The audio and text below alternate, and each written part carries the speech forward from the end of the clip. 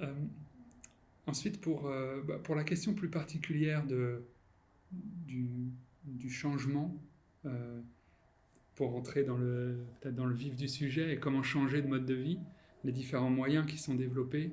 Maintenant qu'on a vu quel était ce mode de vie un peu stoïcien, il y a la question du changement. Comment on fait pour passer de cet idéal, de ce mode de vie idéal, à la pratique quotidienne de ce mode de vie. Et là, il y a différentes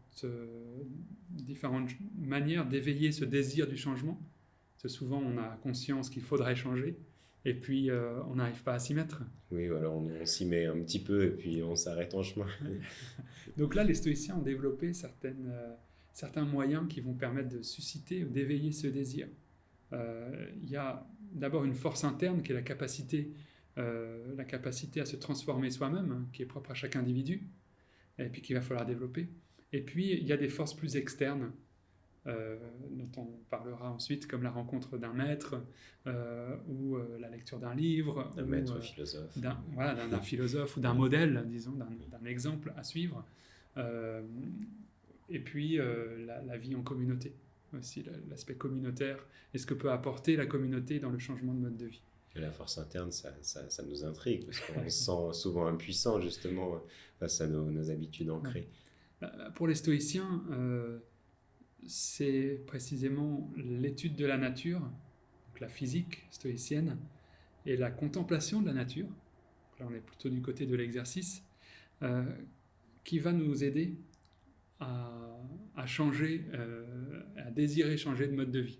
En comprenant correctement le monde et notre place dans le monde, cela va susciter un désir de transformer notre rapport au monde.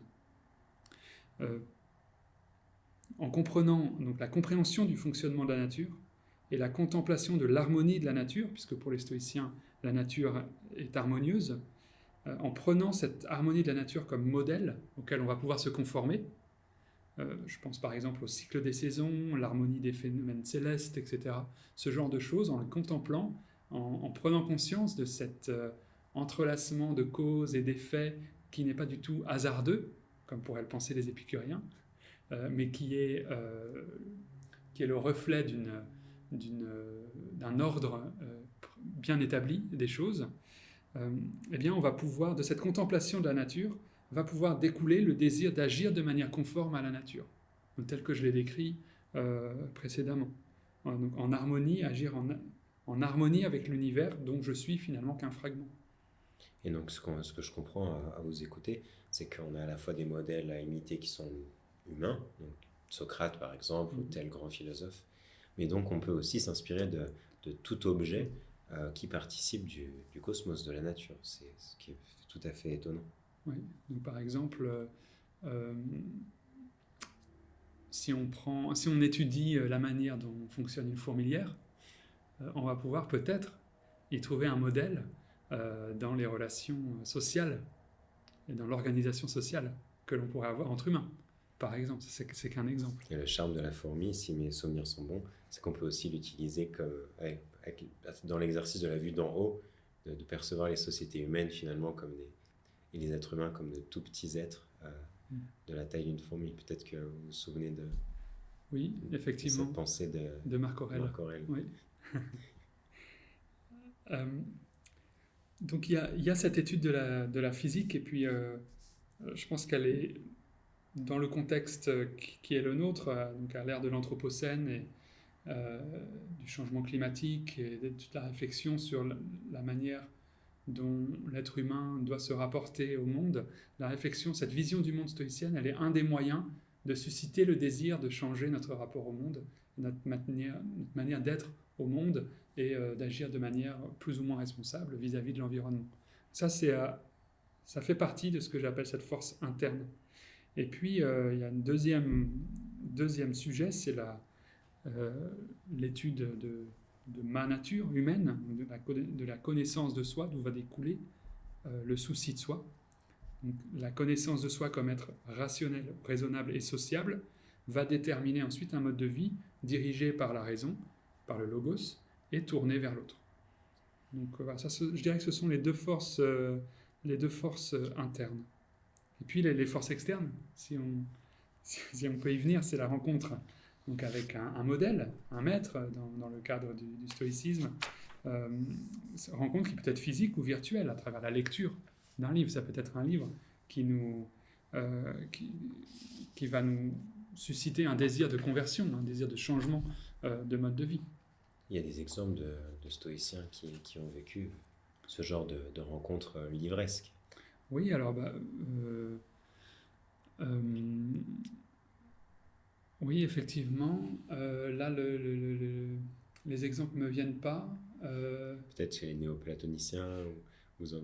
Oui, il y a, chez les néoplatoniciens, effectivement, on a aussi des exemples de la lecture. La lecture d'une œuvre va susciter le désir de se convertir. Donc c'est pas nécessairement une rencontre physique, effectivement. Ça peut être la lecture d'un livre. Et aujourd'hui, pour prendre peut-être un exemple personnel, du coup, ce serait, je n'ai jamais rencontré Pierre Hadot, et pourtant, ce sont ses travaux qui guident, et sa manière de vivre elle-même, qui guident mon travail depuis plus d'une dizaine d'années.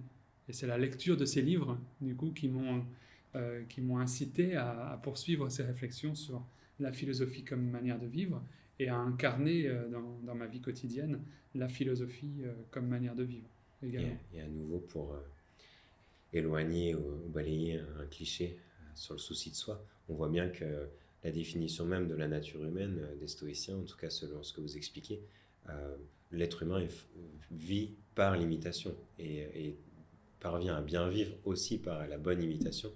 Et donc on voit à quel point on n'est pas dans une logique d'individu centré sur lui-même, mais au contraire qui s'intéresse à lui à travers l'autre, au sens l'autre être humain, mais aussi l'autre, le grand autre du cosmos.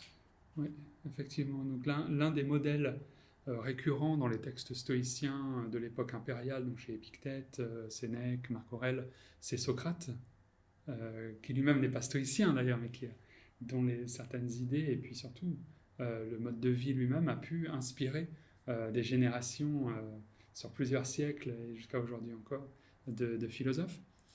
Et puis il y a toujours ce contexte, pas toujours, mais souvent ce contexte scolaire, en particulier chez Épictète, qui fonde une école à Nicopolis, dans laquelle il enseigne à ses élèves le mode de vie stoïcien. Et puis chez les néoplatoniciens aussi, l'éducation philosophique, et du coup la conversion au mode de vie philosophique, le changement de mode de vie, il se fait dans un cadre qui n'est pas la chambre du philosophe seul, isolé, mais dans sa tour d'ivoire, mais c'est dans un contexte scolaire, en tout cas communautaire.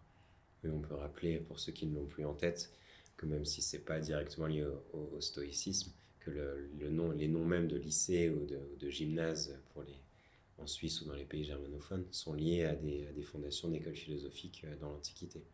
Oui, c'est ça. Donc, le stoïcisme vient du terme grec stoa, qui est le portique, c'est-à-dire l'endroit sur l'agora d'Athènes, l'endroit où se réunissaient justement Zénon, Chrysippe et les anciens stoïciens pour discuter de stoïcisme et faire école.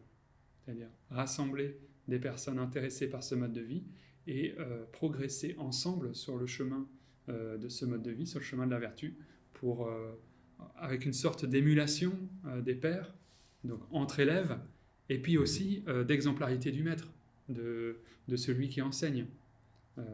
Un témoin vivant de ce que peut être, de ce que devrait être la manière de vivre idéale. Donc on a un intérêt particulier des communautés qui sont des communautés non plus d'études, mais aussi des communautés de pratique. Et je pense que ça, c'est un moyen, une force externe, mais un moyen privilégié pour permettre à ce mode de vie non seulement de prendre place, d'avoir lieu, mais aussi de perdurer dans le temps, d'être accompagné dans le changement de mode de vie, afin qu'il soit durable. D'où l'intérêt pour ceux qui sont inspirés et qui souhaitent adopter au moins certaines des vertus stoïciennes de participer à Stoa Gallica ou à d'autres initiatives contemporaines de son renouveau. Oui, effectivement, c'est dans ce sens-là, en tout cas, qu'on a conçu cette communauté, cette association, Le terme d'association est bon, je trouve, parce que dans notre cas, parce qu'on rassemble des volontés individuelles de progresser dans la compréhension et la pratique du stoïcisme, et puis on essaye de s'associer dans ce développement et dans cette réappropriation du stoïcisme antique, de réfléchir ensemble, de s'accompagner, et puis de se poser des questions et de s'entraider dans cette pratique.